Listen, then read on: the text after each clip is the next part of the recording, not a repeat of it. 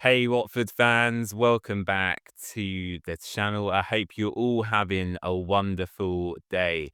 Swansea City away is the next championship fixture for the Golden Boys. And I have to say, I'm really excited for this one. I think coming off the back of that QPR victory, it's given Paolo now a platform to build off. And what I liked particularly in that game was his flexibility and adaptability to change system. I don't think any of us were really expecting to see a 3-5-2 formation in that one, but for me, it worked really well. The only downside, of course, was that Imran loser red card. He's now suspended until mid-September, Millwall away. So yeah, losing Imran loser for quite a substantial period of time. But look, plenty of positives to take from QPR. For me, what I liked the most actually was that front two. Luca Kiarngard, of course, opening his Watford account, getting them 2 goals. But for me, the star of the show was probably Nestri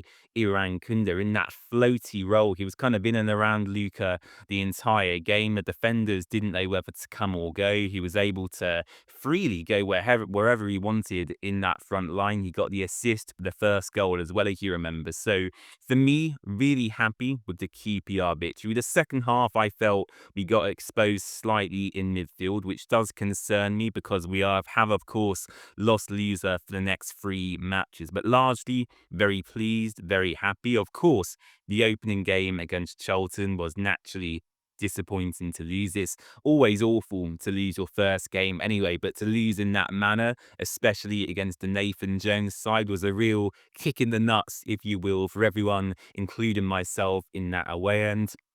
The Norwich Carabao Cup performance, whilst I know people were angry and frustrated at that, you have to remember that was very much a changed Watford side. Norwich themselves were quite strong. Josh Sargent started the game up front. So I wouldn't read too much into even the first 10 championship games. I think after, 15, 20, we'll get a real idea of where this Watford team is at and whether we'll be able to challenge properly this season. Whether Paolo will be given that time to grow and develop, that's a completely different situation. But for me personally, generally, I'm pretty content and happy with what I've seen so far. In terms of Watford and transfers and where we're at in regards to that, it's gone quite quiet once again in the last 24 hours. A couple of days ago, the activity seemed to pick up quite heavily. Georgie Shatfatatse was linked with a move out to Valencia. Watford were apparently close to bringing in Denis Popov, a Ukrainian centre-back from Dynamo Kiev, and Sandy Lovrich from Udinese was also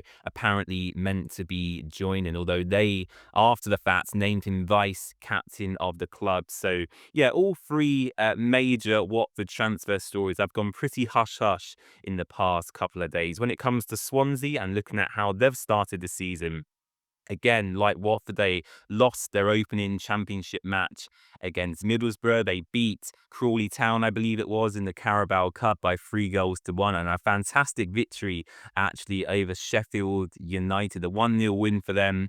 And yeah, I'm sure they're delighted because Sheffield United, of course, were touted as promotion favourites this season. So yeah, both Watford and Swansea in similar situations, it seems, when it comes to results. For me, looking at this game, if I was to favour one team, you've always got to back the home team in these situations. I back Watford at Vicarage Road. I'm sure their fans will do the same for Swansea this weekend. But I think for me, it is important Paolo doesn't lose this match. I think a draw on the road would be, again, a great platform to build on, because after this, we have Southampton and then we have an international break where if we lost that game, we then have to mull over that result for 2 weeks. So for me, I think this is a must not lose type of match. And it seems silly for me to say that, but knowing what our owner is like and knowing how reactionary some of our fans can be in social media, I do feel it's important after that QPR win to kind of build on what we've seen so far. And I think a draw away from home at Swansea isn't anything to moan about, really. For me, I just want to see progress. I would like to see potentially a continuation of that 3-5-2 system. I spoke to someone who had watched a couple of Swansea games this season, and apparently they primarily play a back four. So if we do stick with that 3-5-2, that's potentially something we can exploit, especially with the fullbacks being so high and wide. It's going to be difficult for them four defenders to know who to mark. So for me, a continuation of the system would be great. I would definitely start Iran Kunda again and keep Bar as a bench option. And this is where we'll come on to my favoured Watford 11. Okay, so this would be my favoured 11. As we just discussed for the game against Swansea, I believe he'll probably stick with the 5. Although, again, it wouldn't surprise me if he reverted back to the 4. But I feel it worked so well against QPR.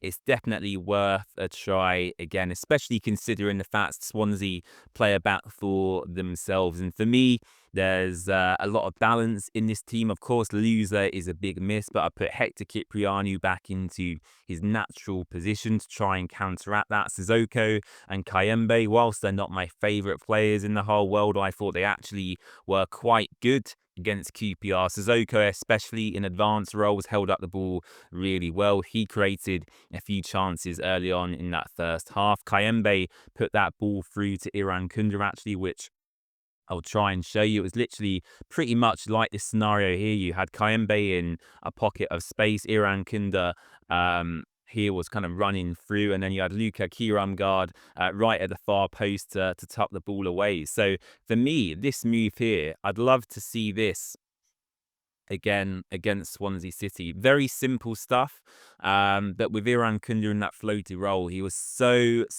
difficult to mark. So yeah, a 3-5-2 is definitely what I would like to see us play. Selvik in goal, Kevin Caben, Max Elaine getting an opportunity from the start potentially. James Abankwah on this right hand side. We know he can cover this right back area anyway if Ngakia was to push further forward or inside here.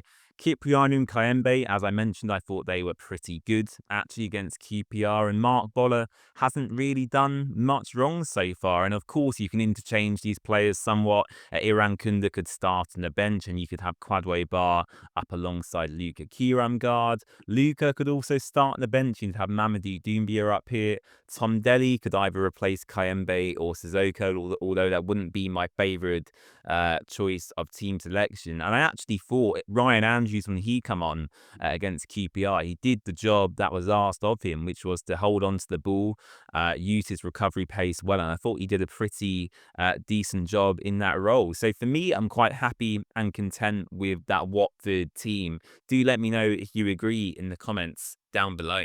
So that was my predicted 11. As I said, do let me know yours in the comments down below. Right, score prediction time. I'm going to be bold. I'm going to be positive, and for the first time this season, and this could come back to bite me, of course, but I'm going to go for a 2-0 Watford win, our first clean sheet of the season, and I'm going to go for Iran Kunda and Luka Kirangar to get on the score sheet in this one. So I've gone bold, I've gone positive, I've gone big, but yeah, I'd love to see Watford get a win away from home as well. I feel like last season and for the last couple of seasons, actually, our home form has been pretty good. We know Vicarage Road can be a fortress at times when the fans are up for it and the players are performing to the best of their abilities, but away from home, really, especially towards the end of last season, was, quite frankly disgraceful. I think our last away win, and I could be wrong here, but I think it was at Middlesbrough away back in February. So yeah, a lot to work on away from home. Of course, it's always going to be difficult traveling to a new ground with a load of new signings, but I've got the belief and confidence in this group that we can get the job done. So 2-0 to the Golden Boys is my prediction.